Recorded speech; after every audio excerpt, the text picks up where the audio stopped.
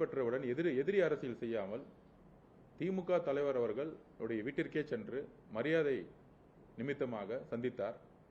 இந்த ஜனநாயக பண்பு தமிழக வெற்றிக் கழகத்திற்கும் புதிதாக தோன்றிய எங்களுக்கும் இருக்கிறது. ஆனால் 75 வருஷ கட்சின்னு சொல்லக்கூடிய திமுகவுக்கு அந்த ஜனநாயக பண்பு இல்லை. திரு அண்ணன் ராஜா அவர்களுடைய அந்த ட்வீட்டை நாங்கள் கண்டிக்கிறோம். அதற்கு பயங்கரமான மன்னிப்பு வந்து தமிழக மக்கள் மீதும் விசிகே தலைவர் அண்ணன் திருமாவளவன் மீதும் அவர்கிட்ட மன்னிப்பு கேட்கணுங்கிறது எங்களுடைய கோரிக்கை. மேடம் கனிமொழி மேடம் எப்பொழுதுமே குரல் கொடுப்பாங்க.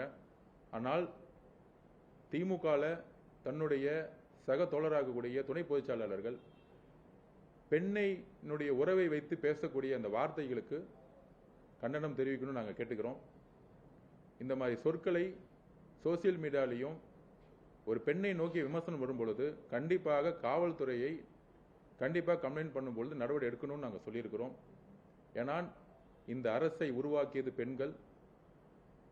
எந்த பெண்கள் மீதும் சோசியல் மீடியாலேயோ இல்லை அரசியல் ரீதியானையோ ஒரு தாக்குதல் ஏற்பட்டால் கடுமையாக சட்டம் ஒழுங்கை நிலைநாட்ட பெண்களுடைய பாதுகாப்பையும் மாண்பையும் உறுதி செய்ய நாங்கள் காவல்துறையை நாங்கள் கேட்டுக்கொண்டிருக்கிறோம்.